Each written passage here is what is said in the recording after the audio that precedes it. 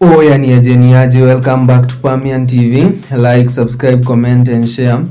Na leo topic ni wakardinali. Kwa hii channel yangu sijawahi ongelea wakardinali, but I've been a fan for the longest.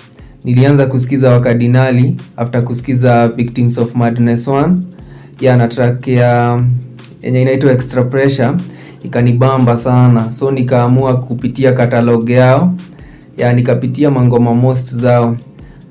Wakardinali walikuwa wamedecide hii music yao lazima ijipe, kuzu walikuwa na concert zao pale Umo kwa gate ya Scam Cardinali, ilikuwa inaitwa Rhyme Gym.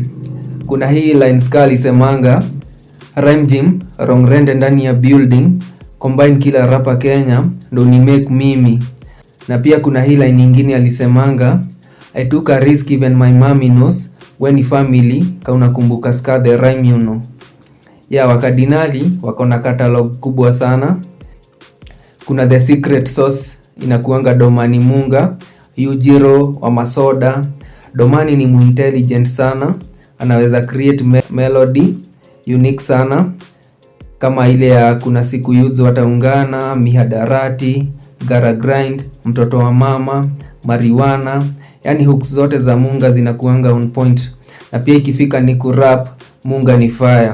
Sijui kama umesikiza series ya Munga inaitwa Mungu. Kuna Mungu 1, I think Mungu 1 up to Mungu 5. Kama umeisikiza unajua Domani anaweza rap kurap. Then kuna Scam Cardinali, the rapper. Ska anakuanga na flow tofauti na rhyme scheme nyingine nare sana. Ska ni rapper na mtambua, amepiga zoezi na pen game yake ni noma sana. Ska anaweza rhyme majina huko unafikiria zinaweza rhyme. Then kuna Siwasaida ama ukipenda Mr. Mawada, Uncle Trench ama Slim Visuals. Siwa ni director. Hata kuna hii line ya Extra Pressure alisemanga, ndugu ya Sule visually wananiita DOP. DOP inamaanisha director of photography. Siwa ameproduce video mingi sana za wakardinali.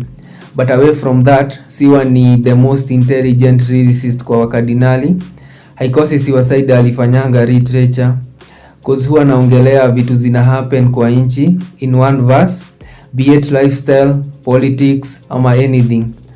Pia Siwa ikifika ni bus anakuanga nazo kibao. Anyway, majuzi nilikuwa na watch interview ya Scam Cardinali na Andrew Kibe, na kuna kitu nilinote ni ati wakardinali watalast kwa hii game cause wategemei brands ama promoters. Last year walikuwa criticized kwa kuingia kwa stage wakiwa walevi, mapromota wakaanza kuzua. Nikakuja kufind out ati wakardinali wako na show yao inaitwa Wrong Experience, na kuna Wrong Tour bado yenye wanazungukanga around Kenya. If mapromota hawataki kuwa book, watajiorganizea shows zao na mafans watakuja. The same pia kwa brands, wakardinali wamesign brand deals mob but hazijakuwa zikilast, cause ni kama huwa wana disagree na brands. But majuzi wakardinali wamelaunch brand yao inaitwa Wrong Liquor, na Ska alikuwa nasema wako almost kulaunch stall number 2. Enyewe wakardinali wameset, ikifika ni kwa hits wako nazo kibao bila kuforce. Kama ni streams wako top 5 kwa hizo platforms. Wrong Rende nayo ni movement. Kitu ingine Ska aliaddress kwa Real Low and Rare podcast ni vile they are main source of income, hata sio brand deals ama show za promoters. Wakardinali wameuza merchandise za Victims of Madness all over the country. Wameuza albums zao kwa Haso Sasa, na pia kwa emails za mafans wao directory.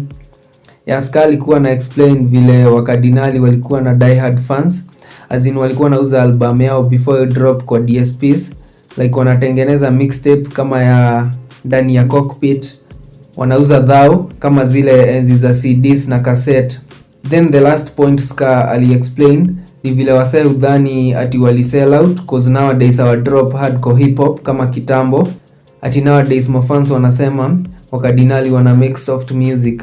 Aka-explain that life imechange, hawayuko kwa block anymore, so music yao pia inafaa kuchange, inafaa kufanana na life yenye wana live.